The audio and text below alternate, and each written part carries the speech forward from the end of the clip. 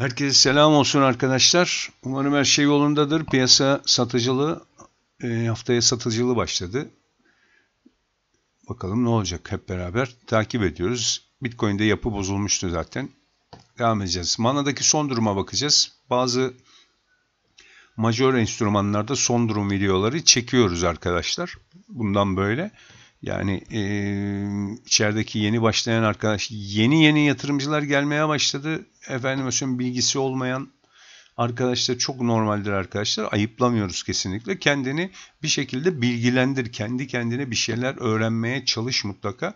Onun bunun dediğiyle hiçbir şey alınmaz, satılmaz. Mana'daki duruma bakalım. Son duruma nedir, ne değildir hep beraber inceleyelim. Şimdi teknik analiz bakarken, fiyat bakarken diyelim. Teknik analiz de demeyeyim yani grafiğin karakterini zaten anlamaya çalışıyorsun da uzundan kısa zaman dilimine doğru bakmak gerekiyor. O yüzden bu son durum videolarında haftalık, günlük 4 saatlik veya 2 saatlik bakmaya çalışacağız. Ona göre çekeceğiz videoları. Mana'daki durum. Başlamadan önce bir arkadaşın sorusunu cevaplayalım. AVAX'la ilgili soru sormuştu. Biz 45 dolardan 40 dolardan mı aldık, hata mı ettik diye. Uzun vadeli yatırımda fiyatın ne olduğuyla alakalı aslında pek bir önemli bir şey değildir. Önemlidir de uzun vadeli yatırımcıyım dediğin zaman bana ben her zaman verdiğim cevap o zaman sorun yok. Ya şimdi Mana'yı mesela diyelim ki nereden aldın? Bir önceki 2023 yükselişinde diyelim. Buradaki tepkisinde 200 günün üzerine atmış. 0.75 mi? 0.75'ten aldın diyelim Mana'yı. Ama alırken amacın şu: uzun vadeli alıyorum ise. Kendi kendine de yalan söyleme ama.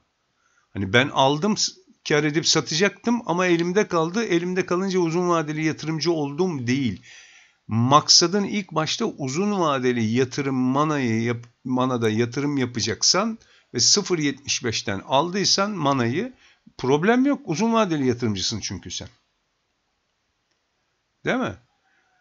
Önemli olan şu: Mana'yı ister 0.30'dan al, 0.30 en düşük seviyesi bu sene neredeyse, ister 0.30'dan al, istersen 0.75'ten al, 0.80'den al. Hiç fark etmez benim için. Uzun vadeli yatırımcıyım diyorsun çünkü.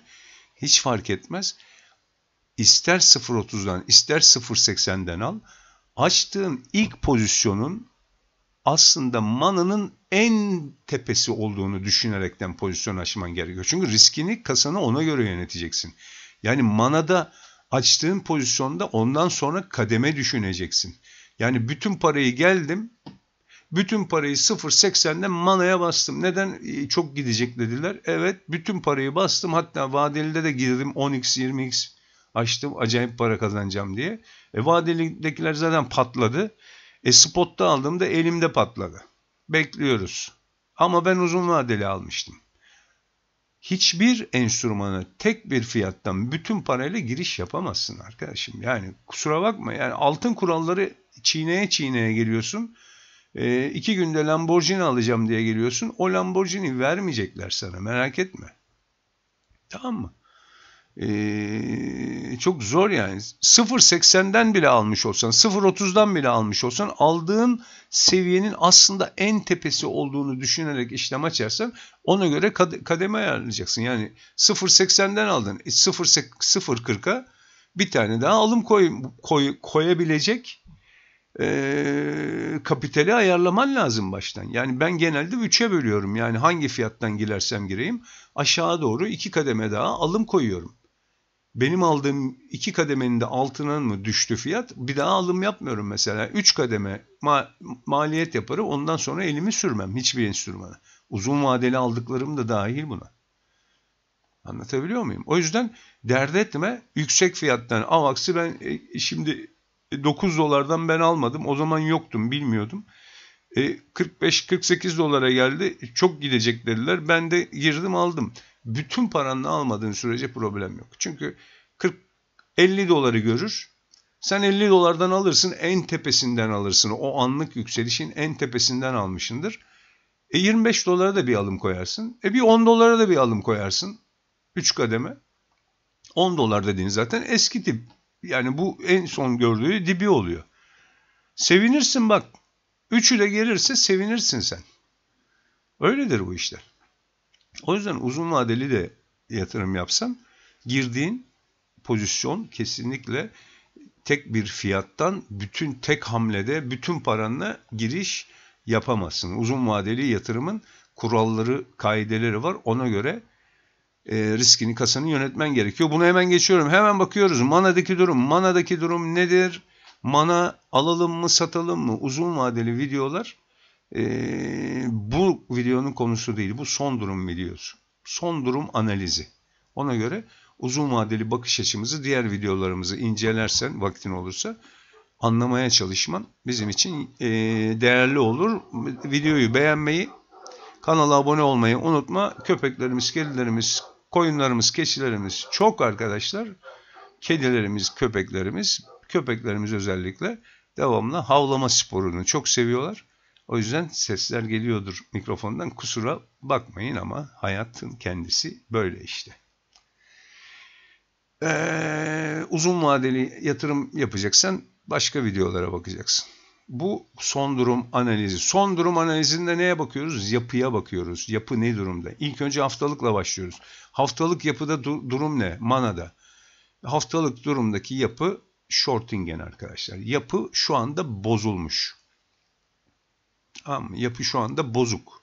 Yani şu kapanış neredeyse 2 hafta önceki kapanış. Ya mesela birçoğunda yapı bu geçen pazar kapanışında yapı bozuldu. Manada zaten yapı 1 Ocak'ta bozulmuş Manadaki yapı. Yani Mana'nın yapısı bozulmuş. Shortingen'e dönmüş zaten Mana. Evet. Mana'daki yapı bozulmuş. Şimdi geçen evvelsi hafta yukarıda kapatmış.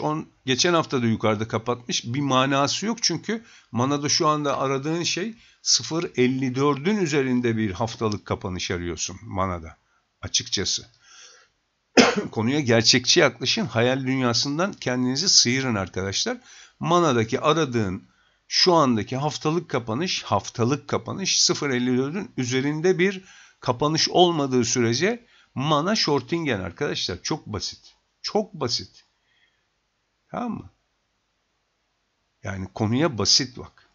Yok öyle olursa bunlar işte anlaşması varmış. Önümüzdeki hafta açıklayacaklarmış bilmem ne. Bu işleri geç. Teknik olarak bakıyoruz. Haberlere bakarsın hep güzel şeyleri alırsın. Long'taysan. Short'taysan da hep kötülere bakarsın. Evet ya bu hafta düşecek bu kesin falan diye. Kendini kandırma. Fiyat önünde. Fiyata bak. Fiyat sana her şeyi söylüyor zaten. Fiyat şu anda ben shortingenim diyor. Peki ne ararız? Dediğim gibi şu an itibariyle 0.54 üzerinde haftalık kapanış arıyoruz. Bu hafta eğer önümüzdeki pazar kapanışında Mana buralarda bir yerde kapatırsa burada veya burada veya burada hiç fark etmez.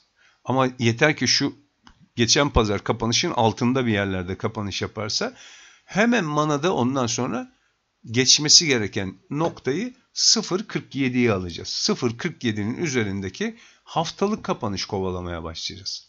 0.47'nin üzerindeki haftalık kapanış gelirse tamam diyeceğiz her şey güzel olacak. Long'a dönüyoruz. Değil mi? Çok basit. Şu anki durum shortingen. Açıkça söyleyeyim.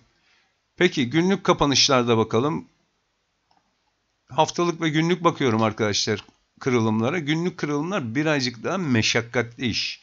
O yüzden 2 günlük, 3 günlük bakmanı tavsiye ederim. Aslında haftalık konuya yaklaş. Hepsinden daha rahat edersin. Zaman dilimi ne kadar kısaldıkça o kadar fazla fake yiyeceksin çünkü. Tamam, onu göze alarak işlem açman gerekiyor ondan sonra.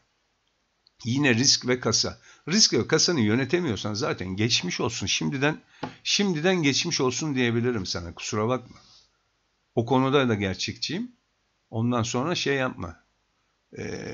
Gördün mü bak diye bir şey yapma yani. Ben sana gördün mü bak demeyeceğim çünkü. Gördün mü bak diyemem sana. Çünkü para kaybetmenin beni üzer arkadaşlar. Yani kimsenin para kaybetmesine sevinemem özellikle bu piyasalarda. Normalde biliyorsunuz borsada, kriptoda para kaybedenlere derler işte ya şey vardı ya, Ahmet vardı ya, evet işte hani borsada 2-3 tane ev almıştı. Evet falan derler. Ya hepsini vermiş, batmış falan derler. Hadi ya falan derler ama arkasını döndüğü zaman şey der bizim millet. İyi olmuş der. Öyledir.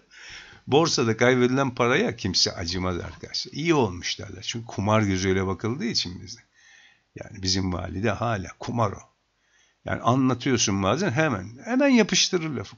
Kumar o. Öyledir arkadaşlar. Bu piyasada tek başınasın. Her koyun kendi bacağından asılır. Unutma. Tek başınasın. Ani düşüşlere her zaman hazırlıklı ol. Senaryon olsun. Kripto piyasasında özellikle altcoin'lerde neredeyse bir gecede %50'lik 60'lık düşüşler görebilirsin. Ona göre planını programı yap. Öyle bir şeye maruz kaldığında karalar bağlama. Daha önceden hazırlığını yap mutlaka.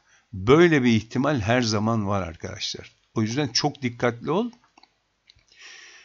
1 sene 2 sene burada işlem yaparsın, alırsın satarsın, dünya kadar para yaparsın. Bir gecede bütün hepsini sıfırlarsın, çıkarsın. O yüzden amanin bu olmasın arkadaşlar.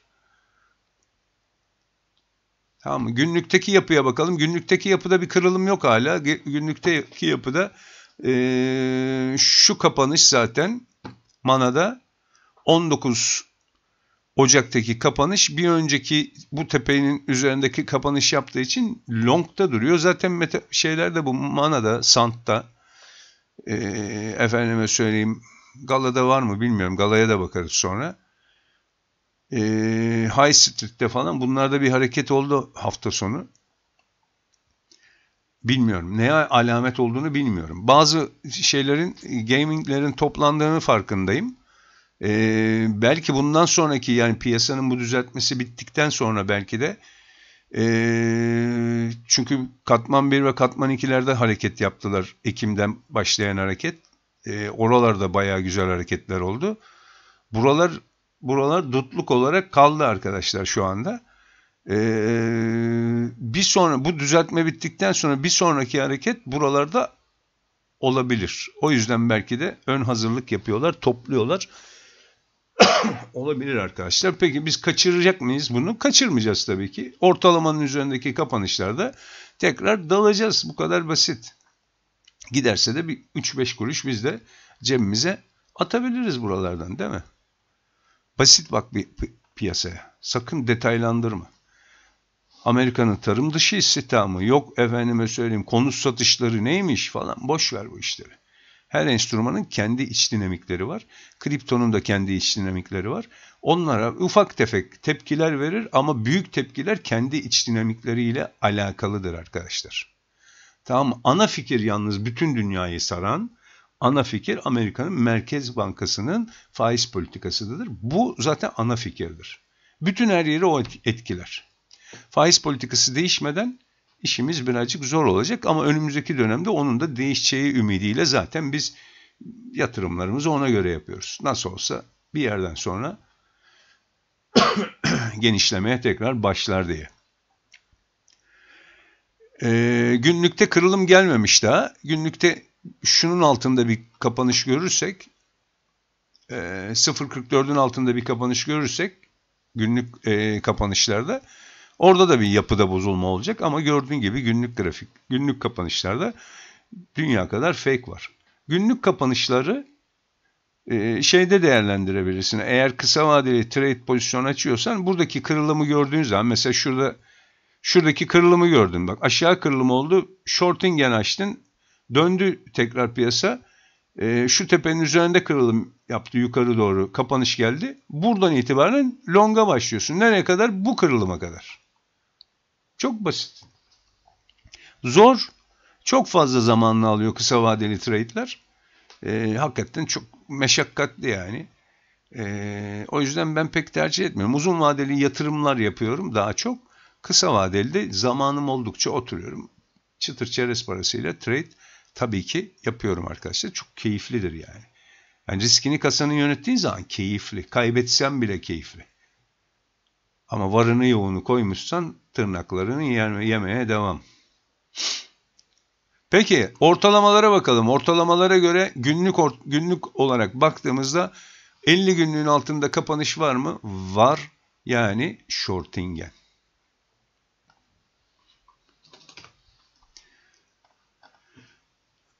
...50 günlüğün altında kapanış gelmiş mi? Gelmiş. Ne zaman gelmiş? Hatta 12 Ocak'ta gelmiş. 50 günün üzerinde bir daha kapanış yapamadığı için günlükte shortingen pozisyonlar. Yani bundan sonra manada eğer 50 günün üzerine atmadığı sürece kafayı kaldırdığı her yerde short. Kafasına vurma günleri şu an itibariyle. 50 günün üzerinde de neydi? 50 günün üzerine attıktan sonra aşağı doğru verdiği her düzeltme kafasına long arkadaşlar. Bu kadar basit aslında piyasa. Ortalamanın üzerinde longlar, ortalamanın altında shortlar çalışır. Bu kadar basit. O kadar dallandırmaya, budaklandırmaya gerek yok yani. Onu anlatmaya çalışıyorum. Uzun vadeli yatırım konusu bambaşka bir konu. Kısa vadeli trade konusu bambaşka bir konu. Ortalamalara göre işlem açıp kapama konusu bambaşka bir konu arkadaşlar. Tek bir noktadan bakamazsın piyasaya. Tamam mı? Daha geniş açıdan bakman gerekiyor. 50 günlük hareketli ortalama bantımızın altında kapanış gelmiş mi günlükte? Gelmiş, shortingen. 200 günlüğün altında kapanış gelmiş mi? Henüz öyle bir şey yok.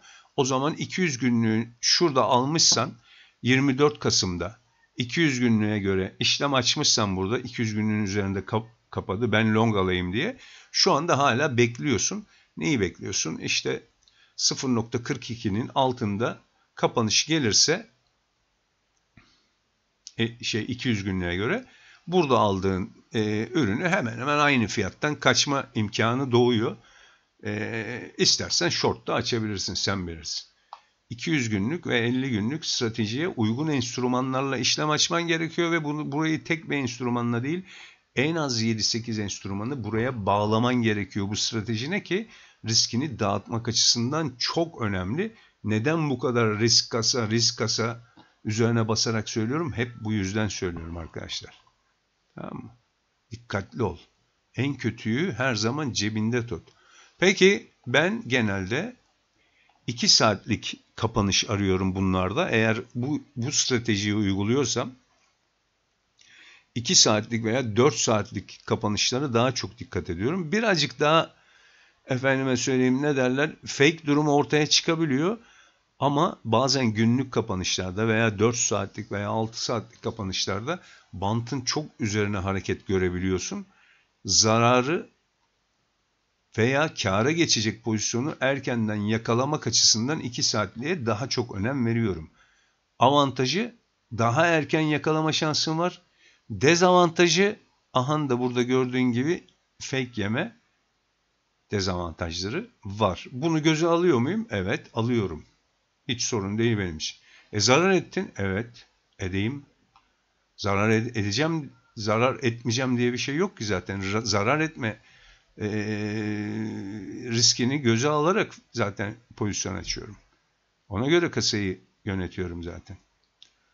Bunda da ne olmuş? Geçen 21 Ocak'ta saat 5 kapanışında 50 günün üzerinde kapanış gelmiş mi? Gelmiş. Long.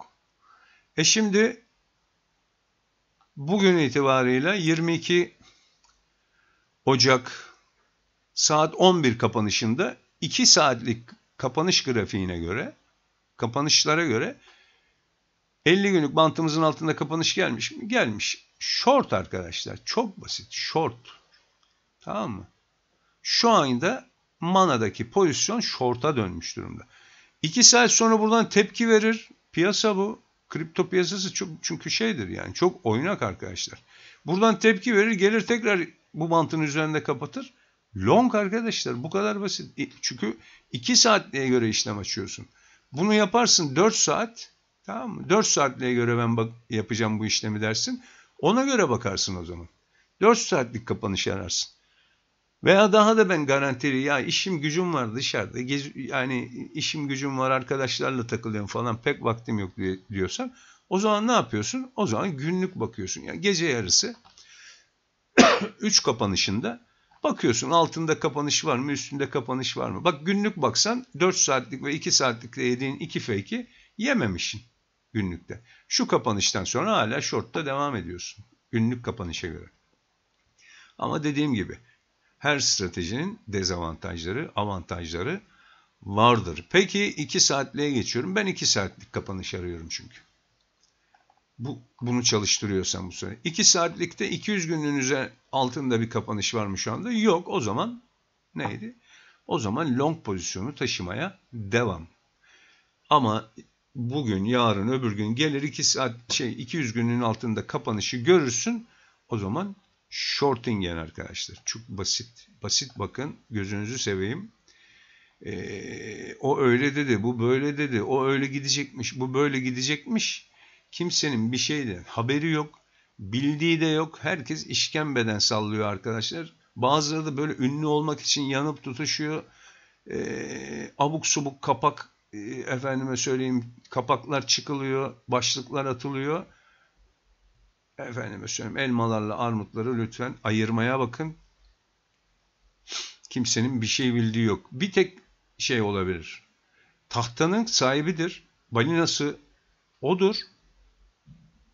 O zaman da sesini çıkarmazlar. Mal topluyorsa sana mal topladığı yerden senin almanı ister mi bir balina? Tabii ki istemez. Sana satacağı zaman sana maalesef güzelleme yaparlar. Ya şimdi ben diyelim ki mana topluyorum. Değil mi? Şurada mana topluyorum. Ya ben seni uyandırır mıyım burada mana topluyorsam? Burada bile uyandırmam. Manayı alırım, benim hedefim şeydir. Dolaşımdaki arzın çoğunluğunu ele geçirmektir. Geçirdim. Ondan sonra boş artık. Nereye götürürsem ben kendim götüreceğim. Sen araya girsen de bir şey ifade etmeyecek benim için. Sana yedirmeyeceğim zaten. Sana ne zaman yediririm? Kaçta toplamışım? 0.26'da toplamışım mesela ortalama. 0.30 ortalama fiyattan mal toplamışım manada. 0.30'dan aldığımı gelirim 3 dolara 4 dolara. Orada sana derim ki gel mana şöyle gidecek, böyle gidecek. Bizim bir arkadaş var, mana şöyle gidecekmiş. Efendime söyleyeyim, JP Morgan'ın baş analisti açıklama yaptı. Mana'nın önü çok açıkmış. Abi böyle götüreceklermiş, şöyle götüreceklermiş. Götüren götürmüş oluyor zaten arkadaşlar. Aynı şey bu ETF'lerle ilgili oldu.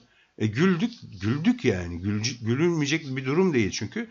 Yok ETF kabul edilirse şöyle olacak, ETF kabul edilirse. Ya dedik arkadaşlar, zaten 3 aydır kesintisiz yükseliyor ETF davasına. ETF davasına da değil. Adamlar önceden topladı. ETF haberini basa basa 3 ay boyunca yukarı getirdi. Sen şimdi ETF'ler kabul edildi, uçacak. Bitiyor kardeşim. Bitiyor. Piyasanın ana kuralı yüzyıllardır. Beklenti satın alınır. Gerçekler satılır dedik. Bizi canlı yayında falan itiraz eden arkadaşlar, görürsün bak ETF kabul edilirse piyasaya bu kadar para girecek, şu kadar para. Kendinden bir şey söylemiyor. Duyduklarını bize anlatıyor. Çünkü kendisi mal almış, gitmesini istediği için o güzel haberleri alıyor, sana karşı da kullanıyor. Ne oldu? Böyledir çünkü. Değişmez kuraldır arkadaşlar bunlar. Şimdi sen bilmiyorsun şu anda ne olduğunu. Bak aşağı veriyorlar değil mi? En sonunda bir tane daha sert verecekler. O zaman haberini çıkaracaklar sana. Yok borsada bir sıkıntı olacak. Yok bilmem kim bir açıklama yapacak. Yok bilmem kimlere dava açtı diyecekler. Anladın mı? Yani bunun altında kapanış olduğu zaman o yüzden bu kötü şeylere işaret. 200 günlüğün altında kapanış mı var? Psikolojiyi görüyorsun burada. Bir şeyler hazırlıyorlar anlamına geliyor. Tekrar üzerinde kapanış yaparsa alırsın tekrar. Bu kadar basit. Durum şu anda bu.